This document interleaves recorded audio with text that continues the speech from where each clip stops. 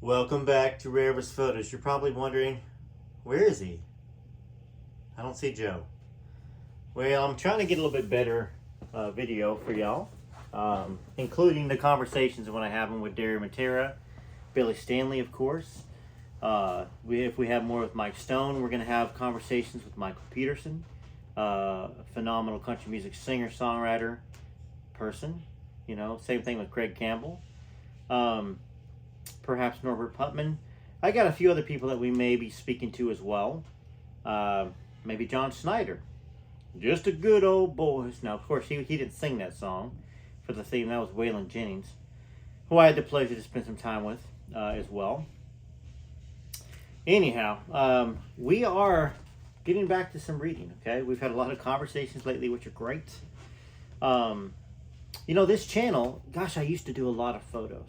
A lot of photos. Of course, you probably don't see those videos anymore. YouTube doesn't consider it original content.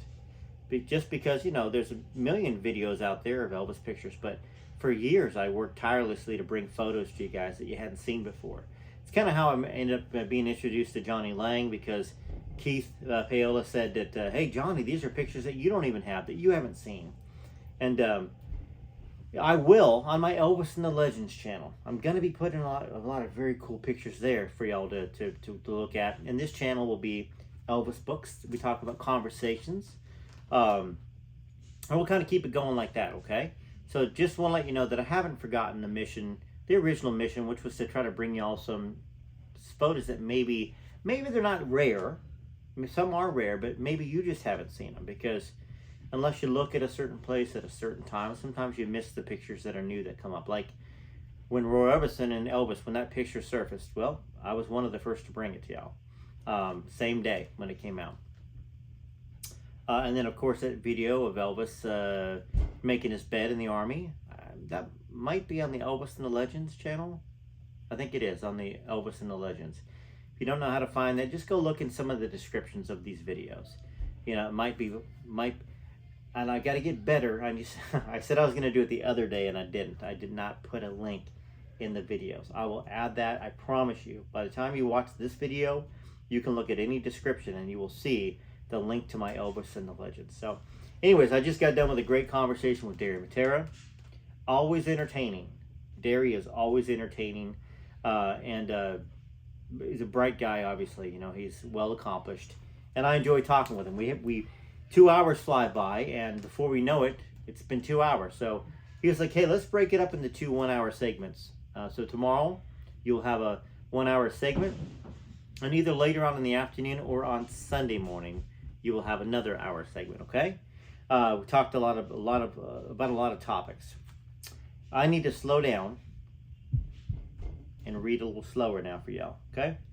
So we are reading Elvis Presley's Graceland Gates. And we're talking about it. We're just taking sections and reading and talking about sections, and providing you some commentary about this and my opinions. I did ask Billy Stanley about Uncle Lloyd, or Uncle Harold, and he smiled. He had a lot of good things to say about Harold. So I know we're going to enjoy this, right? All right, so we kind of left off where Gladys was asking Elvis to sing gospel songs with her. And he said, Mama, I can't pick that guitar or sing either. But we knew better, so they made him do it. All right, so before going to work for Elvis, this is Harold talking, I lived in Mississippi. On 2 occasions, I came to Memphis with some friends to visit him. He gave us permission to bring my friends up with me, and on both occasions, he embarrassed the heck out of me by telling them about our childhood faculties, better known as outhouses. I had an outhouse, okay? I've told you many, many times, there was nobody poorer than me. Nobody poorer than me in the desert of California. And I would say all of San Bernardino, which is a third of the state of California. You know, that's not bragging. That's kind of like a scarlet letter almost, I guess. But yeah, I had an outhouse. Didn't have running water either. Not like city water. So taking showers was not something I got a chance to do much. Any of that stuff. Going to the dentist, none of that stuff. I didn't have it. So Elvis used to talk to them about outhouses. Lloyd's friends. Harold Lloyd's friends. The family next door had a daughter about the same age as Elvis, about 12 years old. She was about as big around as she was tall. The outhouse was just one building with only a partition between them, and in the back of the outhouse was a plum thicket. Well, Elvis and I would sneak out and hide in the plum thicket and wait for her to go to the outhouse. When he told my friends about this, I wanted to melt in my chair. He would throw both arms up and almost fall backwards laughing at me. I know I almost turned every color that there was. My friends got a big laugh out of this, and they would embarrass me by telling others about it in my presence. That's funny. Can't you just hear Elvis laughing? Throwing his hands up, falling backwards, and laughing. Sometimes Elvis would get his old guitar, and we would sit on the porch swing and serenade this girl. Believe me, after being put on the spot twice, I tried very hard to prevent it from happening again. However, he did catch me off guard one other time. It was not long after he and Prissy were married. They were sitting in the main dining room, and I went in to ask for a loan. He asked one of the guys to bring him his checkbook. He filled out the check, signed it, and handed it to me. Now, as I was getting ready to leave, he said, Harold, you can buy a lot of women with that money. I almost fainted. He had his feet propped up on the table and leaning back in his chair, and both he and Prissy burst out laughing. I took a deep breath and headed for the kitchen door when he said it again, and they were still having a good laugh. Now, hours later, I could still hear their laughter ringing in my ears. As I've said before, Elvis was a very generous person, and I guess you could say that he got it from his mother. She had a heart as big as the world. Now, a short time before she died, I came to Graceland to try and get some financial help. She and I were sitting in the kitchen, and I told her my problem. Well, she said Elvis was getting ready to go out, but she would talk to him before he left. She called Elvis into the dining room and was telling him about my problems. Now, she did not know that I could hear. She said, Son, Harold needs some financial help. He has a large family now, as you know, and he does not have a job right now. You should help him out. He said, Yes, Mama, I know. I was going to give him some money before I left. I'll be there in a few minutes. And she said, Okay, son, God bless you. She came back into the kitchen, sat down, and told me he'd be down in a few minutes. When he came into the kitchen, he handed me a roll of bills and said, Harold, this should help you out for a few days, and if you haven't gotten a job by then, just let me know.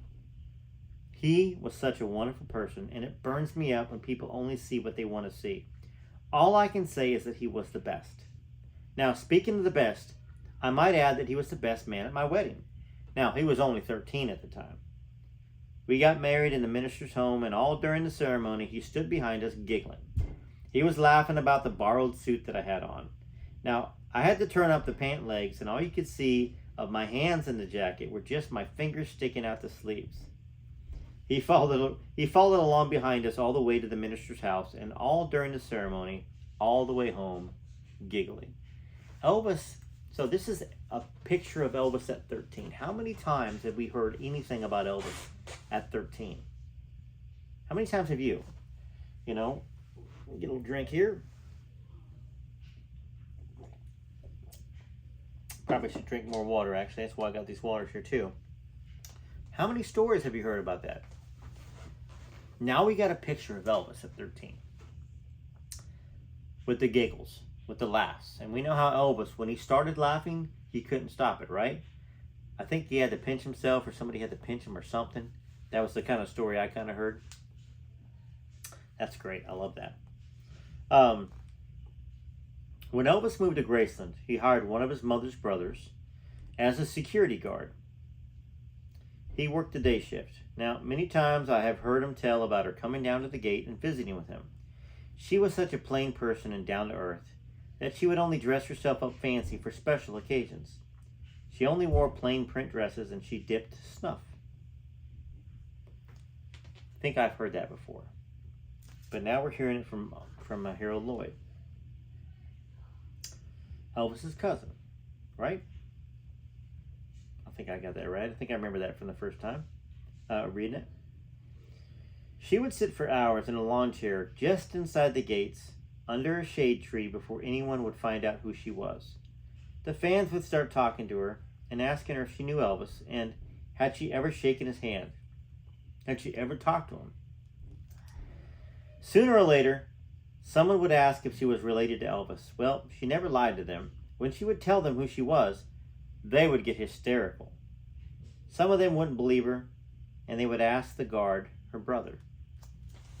Elvis would always buy her expensive clothes, and she would put them on long enough for him to see her, and then take them off, saying that she felt more comfortable with just her plain dress on. The only thing she would wear was the wedding set that he gave her. She was so proud of him, and she worried so much about him when he was on tour.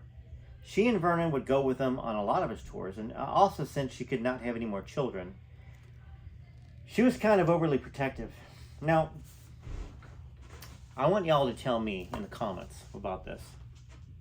We know that she had a difficult birth with Elvis and Jessie. And lost Jessie.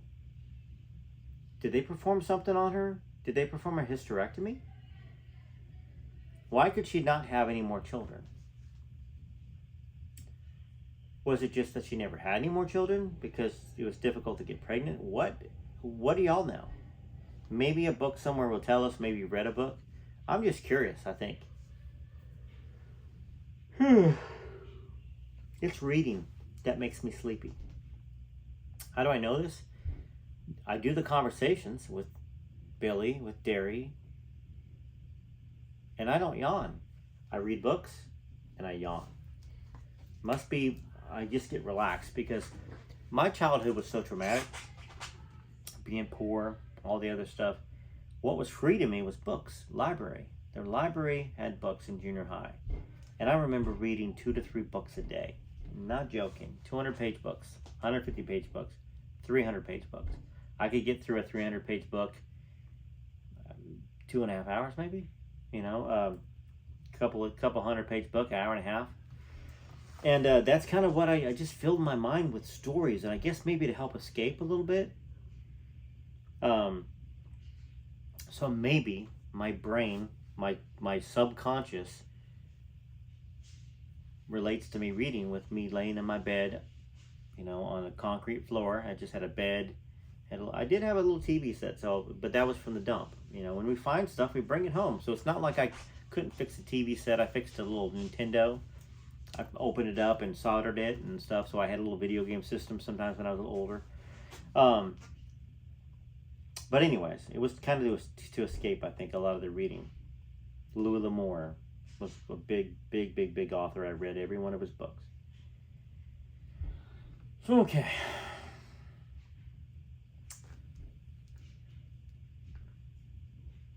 So, let me know. Did she have a hysterectomy? Was it just one of those things where they didn't try to have kids anymore? When he was attending Humes High School, she would walk him to school in the morning and meet him in the afternoon and walk him home. Now, this got to be an embarrassing situation for him, so instead of walking along with him, she would keep a distance behind him, but never let him out of her sight. On a few occasions, I would be around and she would ask me to walk with him. Now, I can't remember him ever spending the night away from home until he was grown. When those two were together, they could hardly keep their hands off each other. They were always petting and talking baby talk to each other. One of the greatest tragedies Elvis ever experienced was when his mother died. It seemed a large part of him died with her. I was living in Mississippi at the time of her death, and I did not even know that she was ill until I heard on the radio that she had died. I came to Memphis for the funeral and spent the whole week. It was so sad. They had her body laid out at Graceland until the funeral. Now, when I arrived at Graceland on the morning of her death, there were several thousand people all over the lawn, out front and outside on the highway. That's reminiscent of Elvis passing, right? He says several thousand people. This is 1958. It's pretty amazing. And you know why? The love they had for Elvis, but also she sat inside the gates. Inside the front gates, she would sit there. She would listen to people talking about Elvis, the love they had for her son. And then when they noticed it, she wouldn't lie to them. She would say that she was Elvis's mom. And then they went hysterical and loved on her. So you have to, I guess you'd have to put yourself in that scene. All those people that loved Gladys for bringing Elvis to them. They were there to console Elvis, also to really grieve themselves. I love that. I didn't realize thousands of people were on the lawn inside Graceland. All right.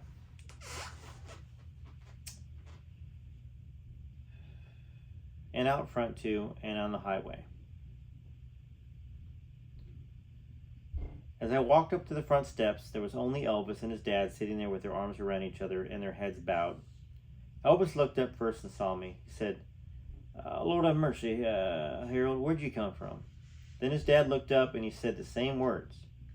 They remembered those words were the words his mother said to me many, many times. Oh.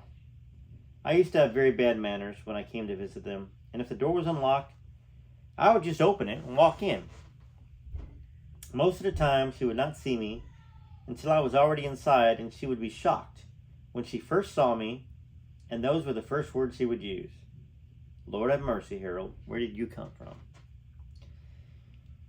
The first night there were so many people in the house that you could hardly breathe. Mr. Parker, Elvis's manager, recognized this and asked Mr. Presley if it would be okay to ask some of them to leave, as all of them probably were not close friends or relatives, and it would make it easier on everyone. Mr. Parker explained the situation, and the people began to leave because they understood and respected Elvis's family wishes. Elvis would come over to the casket, which had a glass top on it, and say, wake up, Mama. Wake up, little baby, and talk to Elvis.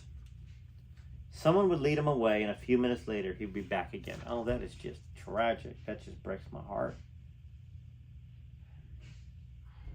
Breaks my heart. I had a lot of death in my family. Starting with my mama, you know.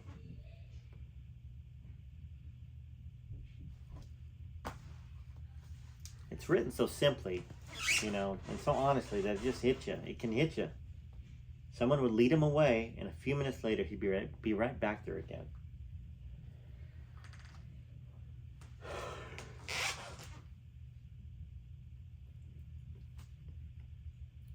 Sorry. Y'all know I'm not being rude, right?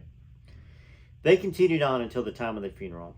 When they took the casket out of the house and put it in the hearse and started slowly driving down the drive, Elvis was walking all along it, behind it, telling the driver, please, don't take her away. Please bring her back. She's not dead. She's just sleeping. God, please don't take my baby away. He followed the hearse about halfway down the drive, repeating those words over and over. Mr. Presley and Mr. Parker caught up to him, and as they were walking back, Elvis was mumbling, everything I have is gone. Everything I worked for. Everything I got for her, and now she's gone. I don't want any of it. He and his dad had wept so much already, there were no tears left. She was so much encouragement to him in the beginning of his career. It was very rough for him at times. The critics were hacking away at him, and most of the older people were against him. He would get all downhearted and discouraged, that he would threaten to give it all up. But his mother had faith in him and would encourage him by telling him not to give up. She would say, no matter what people say about you, son, you know who you are, and that's all that matters. So with her love for him and what he was doing, she kept him going. Now, although his mother has been dead 19 years now, she still lived on in his heart. So when did he write this book? Did this come out in 77?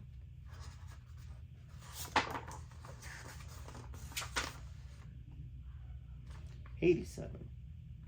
68, 78, not 19 years, just 29 years. Got the math wrong. Sorry. I'm not a math snob or a spelling snob, but it struck me as it didn't make any sense. Right? Died in 58 to 1968 is 10 years. 1978 is 20 years. Right? And this is released in 87. So yeah, so 29 years. So that's incorrect. Although his mother has been dead 19 years now, it's actually 29 years. She still lived on in his heart, and when he would sing gospel songs, he didn't have to listen. Sorry. Although his mother had been dead for 29 years now, she still lived on in his heart. Oh yeah, I guess 19. If he was, maybe they wrote this in 1977 and it didn't get released until 87. Sorry, I'm kind of interrupting the book here, but photos by Jimmy Velvet and fans everywhere. 1987 by Harold Lloyd, Jimmy Velvet, and Jimmy Velvet Productions. Okay. She still lived on in his heart, and when he would sing gospel songs, you didn't have to look very close to recognize it. He was always closer to his mother, as most kids are, but since her death, of course, he had grown much closer to his dad. His dad is a very nice person. They have all been very nice to me. Elvis owed me nothing, but I owed him a lot. He never had to turn to me for anything, but if he had, I would have done whatever I could for him, and I believe he knew that. He had my love and respect, and that was something he didn't have to ask for, something he didn't have to buy. My wife and I gave him and Priscilla a Christmas card one Christmas, and I told him I wished he would have given, that he could have given something, that we could have given him something he could use. He opened it up and called Priscilla over to look at it. He said, "Isn't this beautiful?" Then with tears in his eyes, "Harold Marcel, it's the love and the thought that counts. I have everything I need." So the simple things, obviously, Elvis treasured. He valued them. Some great pictures I'll have to share with you. I guess I'll share with you now, and then we'll just wrap it up, and we'll do some more reading. Let me walk around this way so I can see what I'm showing you on the screen. All right. Let's see here. I think the camera's on that side. There he is at the gates, right? I wonder if that's Judy Spreckles there. I always like seeing pictures of her in photos with Elvis.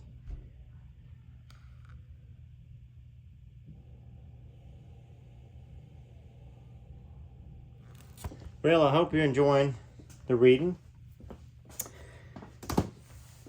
I hope whenever you watch this, if it's Christmas Day or Christmas Eve, that you have a wonderful Christmas. And of course, if you're watching it today, enjoy the season.